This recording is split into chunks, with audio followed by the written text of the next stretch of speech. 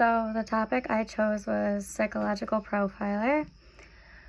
Psychological profiling is somewhat of a new investigative technique that within the past 30 years has developed from what used to be described as an art to rigorous science based on advanced empirical research, which is stated by iResearch.net. Results from the first wave of research have shown that there is validity to the idea that aspects of an offender's characteristics may be inferred from the way the offender acts at the crime scene. Ongoing research is focused on refining these efforts so that a systematic and reliable framework may be put into place, one that can provide a solid basis for constructing a useful psychological tool for police investigation. Profiling is known as offender profiling, crime scene profiling, psychological profiling, and personality profiling, and it is the process of linking an offender's actions at the crime scene to their most likely characteristic to help police investigators narrow down and prioritize a pool of most likely suspects. Investigators' efforts are focused on matching an offender's behavior in one situation to behaviors or characteristics in another situation.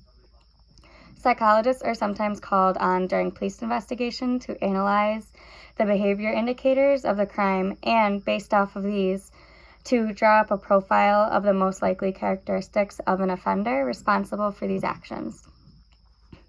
In addition, psychologists continue to be involved in researching the process of profiling itself so as to establish its validity and utility as a police investigative tool.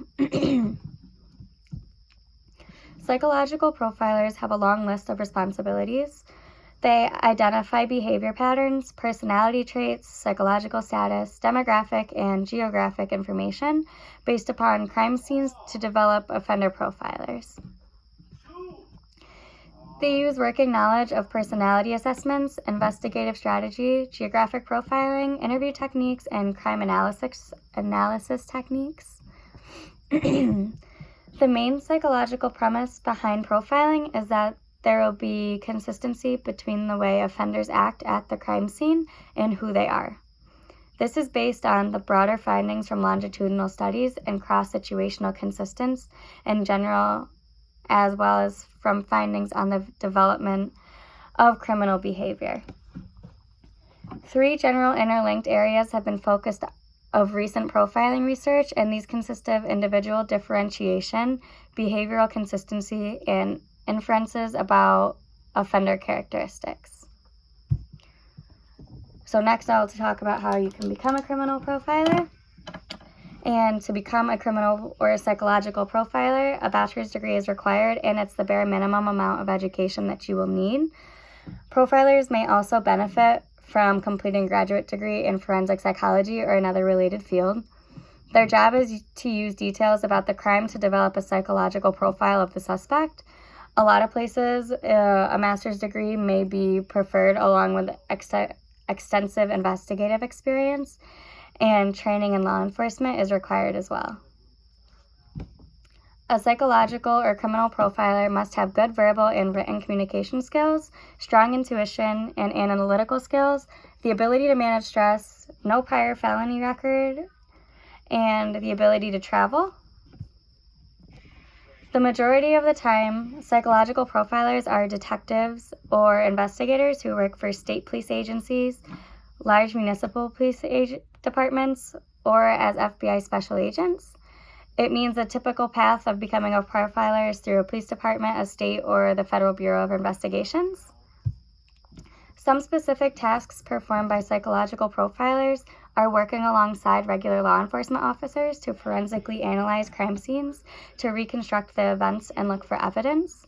They interview suspects and witnesses, geographically track crimes, they testify in court, and write reports. Many profilers work with the Federal Bureau of Investigations Behavioral Analysis Unit and respond to cases all over the country, though they may also for other law enforcement agencies or in a private practice as well. So to become a psychological profiler, you would need to start off as a law enforcement officer, and then to pursue the specific career as a profiler, you would need to undergo intensive training. To become a profiler, it requires a highly specialized skill set. Entry-level positions in this field are uncommon because of that reason. Most criminal profilers finish their formal college education and go on to attend a local law enforcement academy. From there, it is common to work as a law enforcement officer for several years to gain experience. And then to become an FBI agent, you'll need at least a bachelor's degree and 1 to 2 years of irrelevant experience. It typically takes a lot of years to gain experience, as many as 7 to 10, and that's common, before you can even apply at the behavioral analysis unit. At that point, the BAU agents must complete additional training in behavioral analysis and profiling before they work as a criminal profiler. That's it.